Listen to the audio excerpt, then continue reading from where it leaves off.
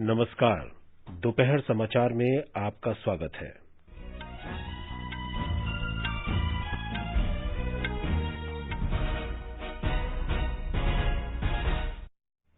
प्रधानमंत्री नरेंद्र मोदी ने बढ़ते कोविड संक्रमण वाले 10 राज्यों के मुख्यमंत्रियों के साथ बातचीत की। आईसीयू बिस्तरों और कोविड देखभाल केंद्रों की संख्या बढ़ाने तथा मेडिकल ऑक्सीजन ले जाने वाले वाहनों के सुगम परिवहन पर चर्चा की। देश में पिछले 24 घंटे में 1,93,000 से अधिक कोविड रोगी ठीक हुए। अब तक 13,54,00,000 से अधिक कोविड टीके लगाए गए। देश में कल 3,32,730 लोग कोरोना से संक्रमित हुए। महाराष्ट्र और मुंबई में नए संक्रमित लोगों की संख्या में मामूली कमी आई। विशेषज्ञों ने आगामी सप्ताह में और गिरावट की संभावना व्यक्त की। पंजाब में 18 वर्ष से ऊपर के सभी लोगों को निःशुल्क कोविड टीके लगाए जाएंगे। भारतीय रिजर्व बैंक ने बैंकों को इक्विटी शेयरों पर लाभांश के भुगतान की अनुमति दी। पश्चिम बंगाल में विधानसभा चुनाव के 7वें चरण का प्रचार आज शाम समाप्त होगा और आईपीएल क्रिकेट में आज शाम चेन्नई के एमए चिदंबरम स्टेडियम में मुंबई इंडियंस का सामना पंजाब किंग्स से।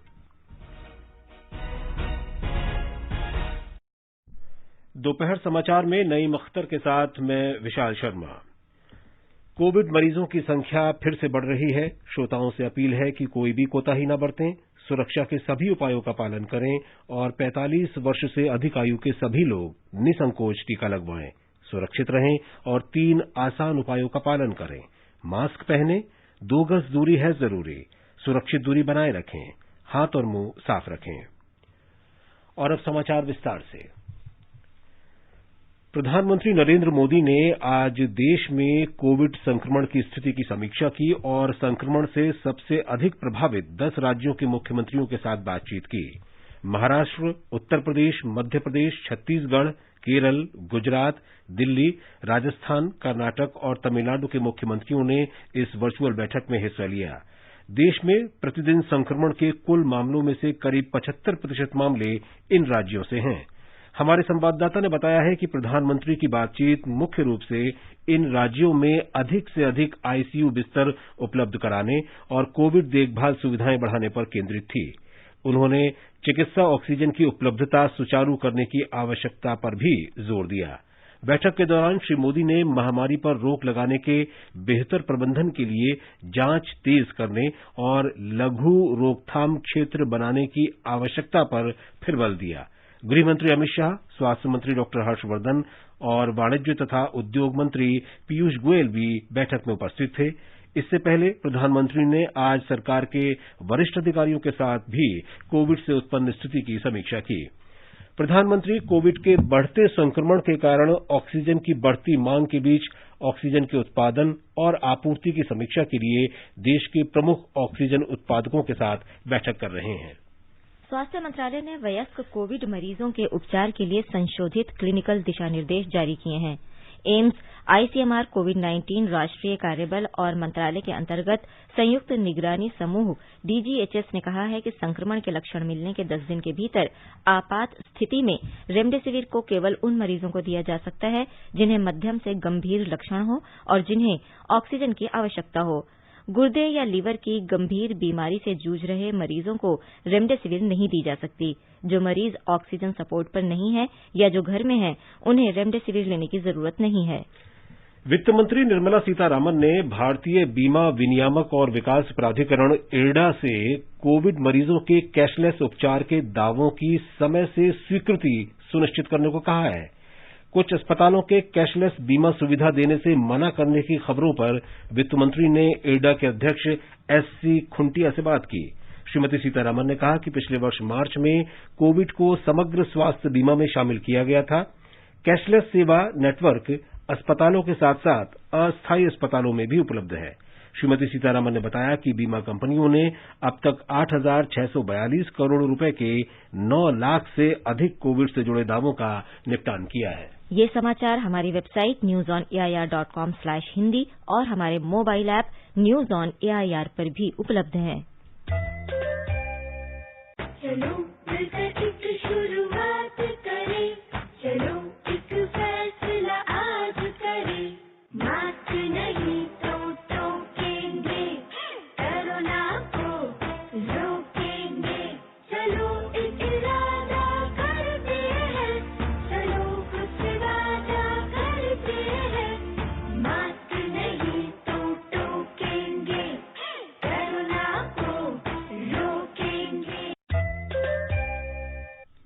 दोपहर समाचार में आपका फिर स्वागत है। देश में अब तक 13,54,78,000 से अधिक कोविड टीके लगाए गए हैं। स्वास्थ्य और परिवार कल्याण मंत्रालय के अधिकारी ने बताया कि पिछले 24 घंटे में 3,32,730 लोग कोरोना से संक्रमित हुए। इसके साथ ही संक्रमित लोगों की कुल संख्या 1,62,63,695 हो गई है। कल 1,93,279 कोविड मरीज ठीक हुए। अब तक 1,36,48,159 मरीज स्वस्थ हो चुके हैं। इस बीच कोविड से स्वस्थ होने की दर घटकर 83.92% रह गई है। देश में इस समय 24,28,616 कोविड मरीजों का उपचार चल रहा है। कल 2,263 मौतें हुई। इसके साथ ही कोविड से मृतकों की संख्या 1,86,920 हो गई है। महाराष्ट्र और मुंबई में पिछले कुछ दिनों से नए कोरोना संक्रमित लोगों की संख्या या तो स्थिर है या घट रही है। विशेषज्ञों का मानना है कि अगले कुछ सप्ताह में कोरोना संक्रमित लोगों की संख्या में और गिरावट का अनुमान है। एक रिपोर्ट। 2 सप्ताह पहले मुंबई में कोरोना के 10,000 से ज्यादा नए मामले सामने आए थे। अब यह नए मामलों की संख्या धीरे धीरे कम हो रही है। पिछले कुछ दिनों में लगभग 7,000 नए मामले सामने आ रहे हैं। नए मरीजों की तुलना में स्वस्थ होने वालों की संख्या भी ज्यादा पाई जा रही है। विशेषज्ञों का कहना है कि मई के दूसरे हफ्ते से नए मामलों की संख्या में और कटौती दिखाई दे सकती है। एटी चंद्रा फाउंडेशन के मॉडल के अनुसार मुंबई के 40% नागरिकों में एंटीबॉडीज तैयार हो गई है और इसमें बड़ी मात्रा में तेजी आ रही है। 18 साल से ज्यादा उम्र के नागरिकों का टीकाकरण मुंबई में मरीजों की संख्या को कम करने में मददगार होंगे। जीवन भावसार, आकाशवाणी समाचार, मुंबई। पंजाब सरकार 1 मई से 18 से 45 वर्ष के आयु वर्ग के लोगों के लिए टीकाकरण अभियान शुरू करेगी और ये सुनिश्चित किया जाएगा कि ये वैक्सीन राज्य के सभी स्वास्थ्य देखभाल केंद्रों में मुफ्त लगाई जाए। मुख्यमंत्री कैप्टन अमरिंदर सिंह ने कोविड की मौजूदा स्थिति की समीक्षा के लिए आज चंडीगढ़ में उच्च स्तरीय बैठक की अध्यक्षता करते हुए ये घोषणा की। मुख्यमंत्री को बताया गया कि राज्य को केंद्र से बृहस्पतिवार को कोविशील्ड वैक्सीन की 4 लाख डोज मिली हैं और टीकाकरण अभियान की मौजूदा स्थिति को देखते हुए ये डोज 4 या 5 दिन के लिए ही पर्याप्त होगी। मुख्यमंत्री ने स्वास्थ्य विभाग से कहा कि वो कोवैक्सीन की आवश्यक डोज लेने के अतिरिक्त कोविशील्ड वैक्सीन की अधिक से अधिक आपूर्ति सुनिश्चित करने के लिए केंद्र सरकार से बातचीत करते रहें। देश में 18 वर्ष से अधिक आयु के सभी लोगों को कोविड टीका लगाने के लिए पंजीकरण 28 अप्रैल से शुरू होगा। लोग कोविन पोर्टल cowin.gov.in पर पंजीकरण करा सकते हैं। केंद्रीय स्वास्थ्य मंत्रालय ने कहा है कि 18 वर्ष से अधिक उम्र के लोगों के लिए कोविन पोर्टल 24 अप्रैल से तैयार कर दिया जाएगा। 1 मई से तीसरे चरण का टीकाकरण कार्यक्रम शुरू हो जाएगा।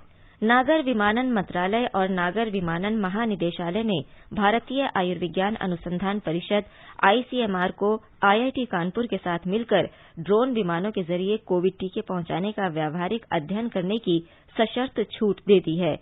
ये छूट 1 साल की अवधि के लिए या अगला आदेश आने तक रहेगी।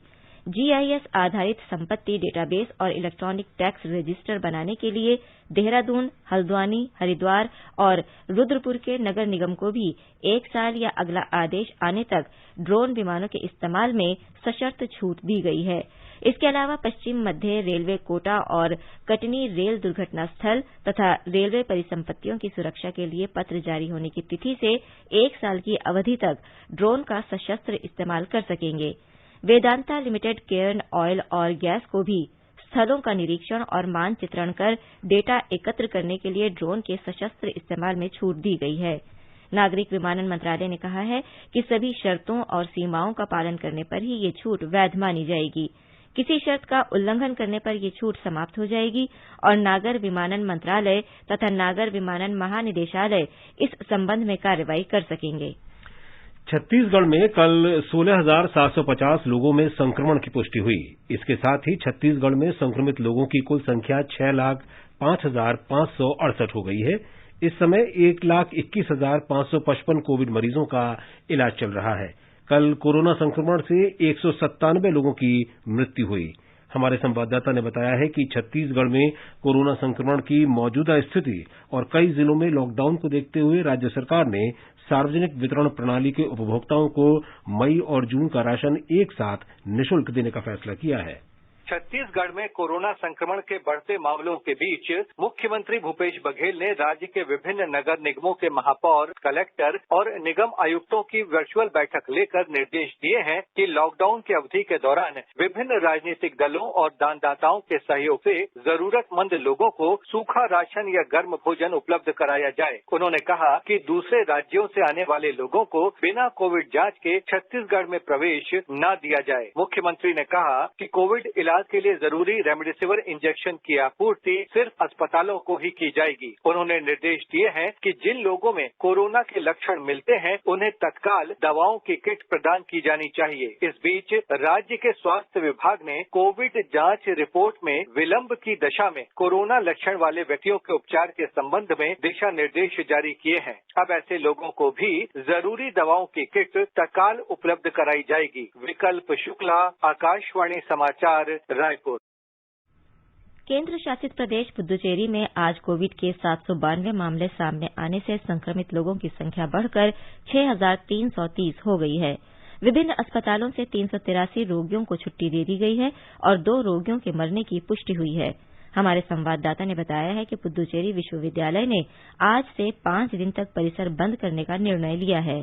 राज्य के विभिन्न अस्पतालों में इस समय 1,297 मरीजों का इलाज चल रहा है, जबकि 5,033 मरीज घरों में पृथकवास में हैं। अब तक कुल 1,79,693 लोगों ने टीकाकरण कराया है, जिनमें 30,946 स्वास्थ्य देखभाल कार्यकर्ता, 18,222 अग्रिम पंक्ति के कार्यकर्ता और 1,12,280 आम लोग शामिल हैं। इस बीच पांडिचेरी विश्वविद्यालय ने घोषणा की है कि परिसर आज से 5 दिनों के लिए बंद रहेगा। पीएचडी करने वाले और हॉस्टलों में रहने वाले विद्यार्थियों को 25 अप्रैल तक चले जाने को कहा गया है। हॉस्टल फिर खोलने की घोषणा विश्वविद्यालय की वेबसाइट पर बाद में की जाएगी। पुद्दुचेरी से चंद्रमोहन की रिपोर्ट के साथ समाचार कक्ष से शशि भूषण त्रिपाठी।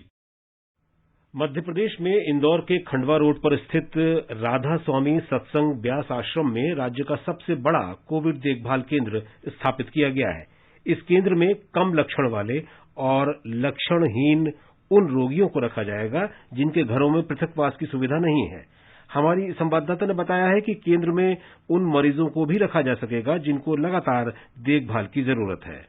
जन सहयोग से निर्मित इस अत्याधुनिक कोविड केयर सेंटर को 600 बिस्तरों के साथ शुरू किया जा रहा है। इसकी बेड क्षमता को 6,000 तक बढ़ाए जाने की कार्य योजना भी तैयार है। इंदौर के 4 प्रमुख अस्पताल Medanta hospital, Bombay hospital, Choithram hospital और राष्ट्रीय अपोलो हॉस्पिटल को सेंटर की जवाबदारी सौंपी गई है। इन अस्पतालों का चिकित्सीय अमला यहां पर चिकित्सा सुविधा प्रदान करेगा। राज्य स्तरीय कोविड सलाहकार समिति के सदस्य डॉक्टर निशांत खरे ने बताया कि कोविड केयर सेंटर की संपूर्ण व्यवस्थाएं जन सहयोग से की गई हैं। कलेक्टर मनीष सिंह ने बताया कि यह सेंटर सर्व सुविधाओं से परिपूर्ण रहेगा। यहां जन भागीदारी से करीब 2 करोड़ से अधिक की लागत के 2 ऑक्सीजन प्लांट तैयार किए जा रहे हैं। पूजा पीवर्धन, आकाशवाणी समाचार, भोपाल।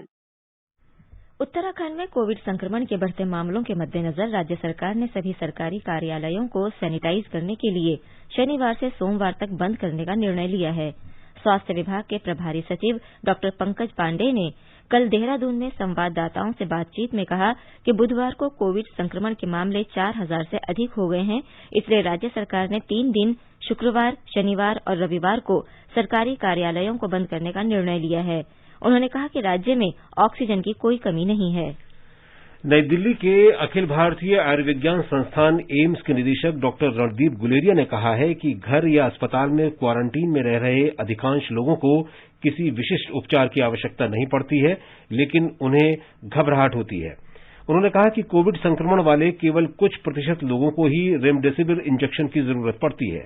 डॉक्टर गुलेरिया ने यह भी कहा कि रेमडेसिविर कोविड उपचार के लिए कोई चमत्कारिक दवा नहीं है।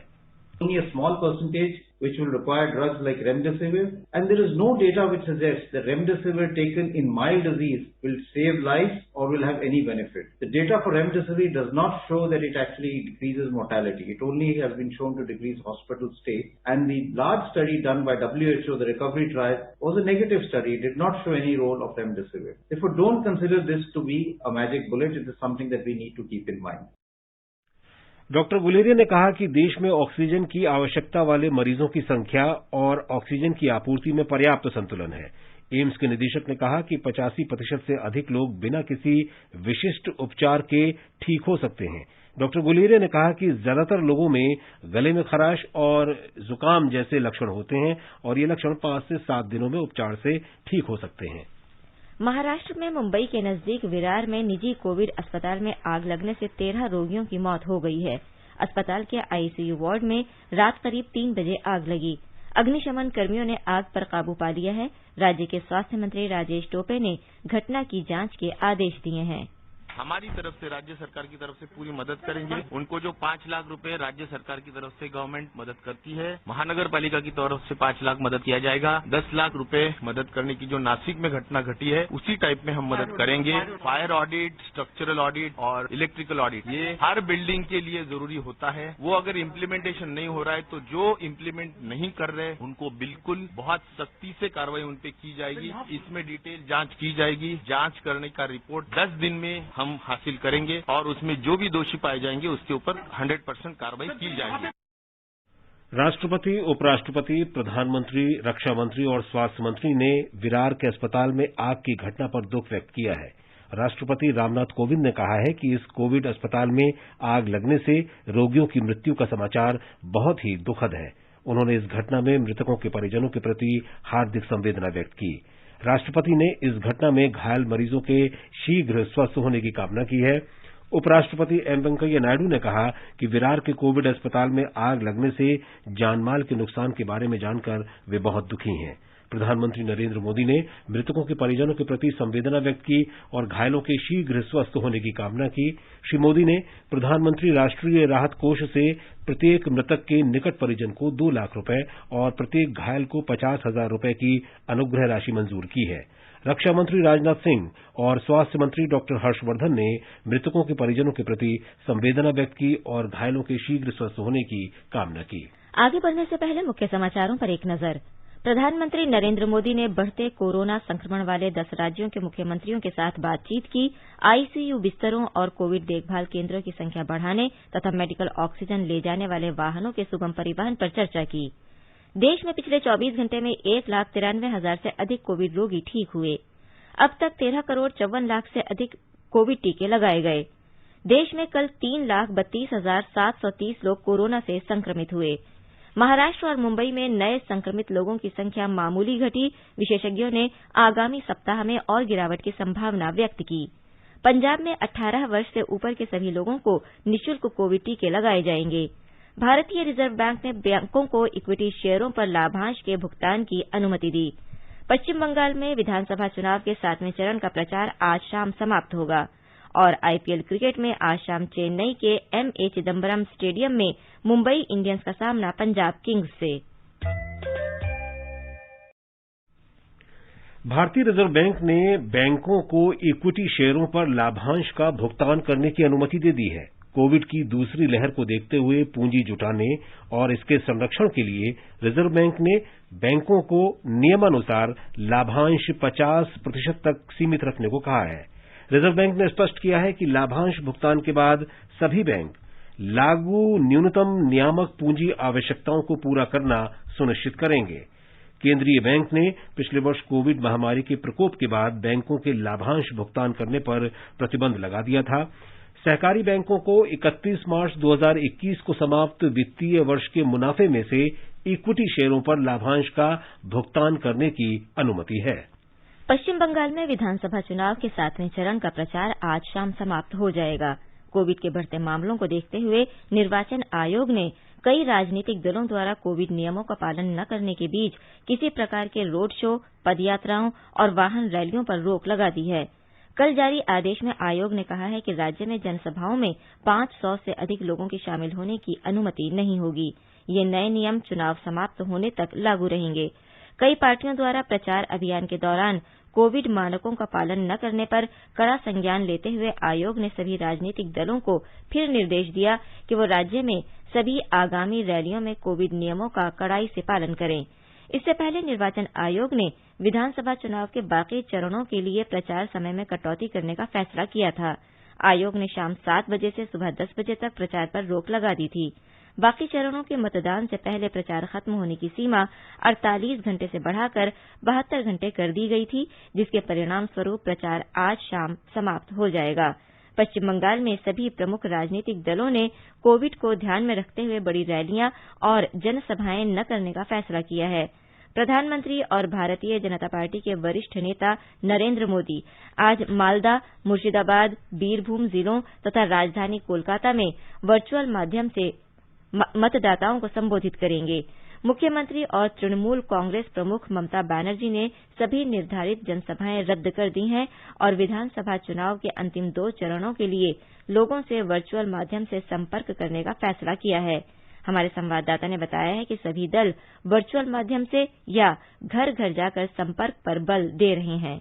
निर्वाचन आयोग द्वारा लगाए गए निर्बंध के बाद पश्चिम बंगाल में चुनाव प्रचार की रफ्तार में कमी आई है। ऑटो रिक्शा और साइकिल रिक्शा द्वारा कोलकाता के तंग गलियों में प्रचार कार्य देखा जा सकता है। भवानीपुर विधानसभा क्षेत्र, जहां से मुख्यमंत्री ममता बनर्जी पिछले 2 चुनाव जीत चुकी हैं, ये क्षेत्र 7वें चरण में एक प्रमुख क्षेत्र है। ममता बनर्जी ने इस क्षेत्र को छोड़कर नंदीग्राम से चुनाव लड़ा है। इस बार राज्य ईंधन मंत्री शुभांदीप चट्टोपाध्याय टीएमसी से और एक्टर रुद्रनील घोष बीजेपी से लड़ रहे हैं। 2016 के चुनाव में 34 मतक्षेत्रों में से 14 मतक्षेत्र में टीएमसी ने जीत हासिल की थी और सीपीआईएम गठबंधन ने 20 क्षेत्रों में जीत हासिल की थी। सुधींद्र, आकाशवाणी समाचार, Kolkata.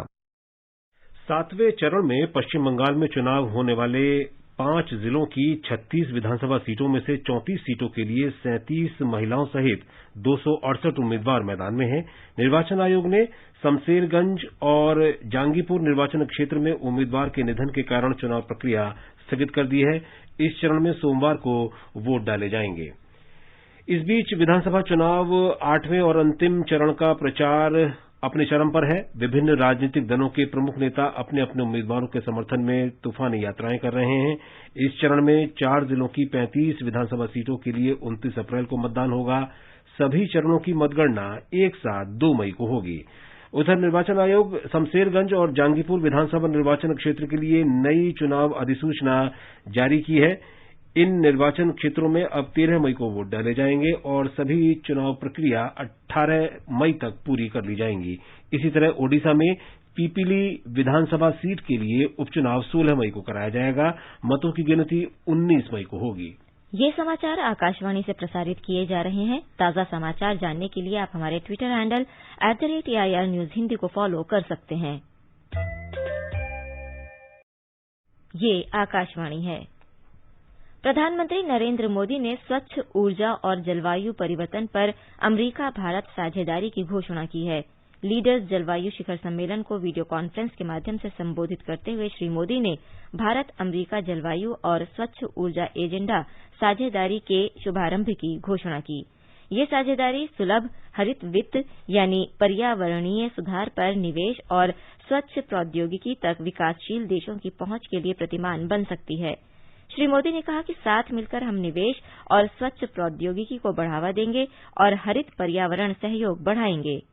As a climate responsible developing country, India welcomes partners to create templates of sustainable development in India. This can also help other developing countries who need affordable access to green finance and clean technologies. That is why President Biden and I are launching the India-US Climate and Clean Energy Agenda 2030 Partnership. Together, we will help mobilize investments, demonstrate clean technologies, and enable green collaborations.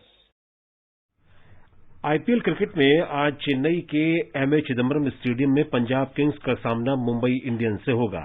Match शाम 7:30 बजे शुरू होगा। कल royal Challengers Bangalore ने Rajasthan Royals को 10 wicket से हरा दिया। मुंबई के वानखेड़े स्टेडियम में देवदत्त पडिक्कल के 52 गेंद में नाबाद 101 रन और कप्तान विराट कोहली के 47 गेंद में नाबाद 72 रन की मदद से रॉयल चैलेंजर्स बेंगलौर ने शानदार जीत दर्ज की। कप्तान कोहली आईपीएल क्रिकेट में 6000 रन पूरे करने वाले पहले बल्लेबाज भी बन गए हैं। पोलैंड के किएव में विश्व युवा मुक्केबाजी चैंपियनशिप में भारतीय महिला मुक्केबाजों ने 7 स्वर्ण पदक जीतकर इतिहास रचा है। चैंपियनशिप के फाइनल में पहुंची सभी महिला मुक्केबाजों गीतिका नाओरेम, बेबी रोजिसाना चानू, पूनम विंका, अरुंधति चौधरी, सना माचाचानू और अल्फिया पठान ने स्वर्ण पदक जीते। 3 अन्य भारतीय खिलाड़ियों ने कांस्य पदक जीते। टूर्नामेंट में आज एकमात्र भारतीय पुरुष मुक्केबाज सचिन 56 किलोग्राम भार वर्ग के मुकाबले में उतरेंगे। और अब एक नजर आज के मौसम के पूर्वानुमान पर।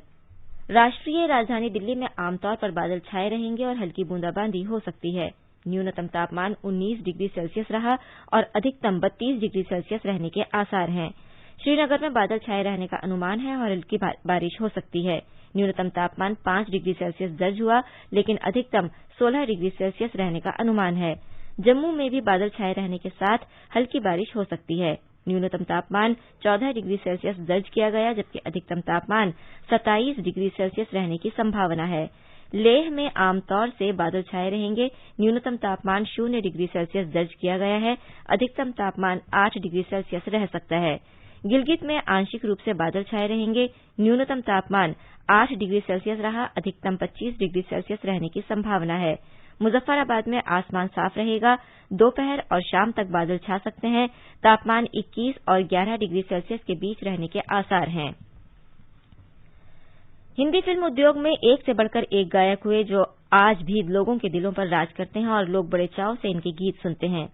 मेरे पिया गए रंगून और कजरा मोहब्बत वाला गाना भी ऐसी ही एक महान गायिका ने गाया था और हमेशा के लिए इस गाने को अमर कर दिया।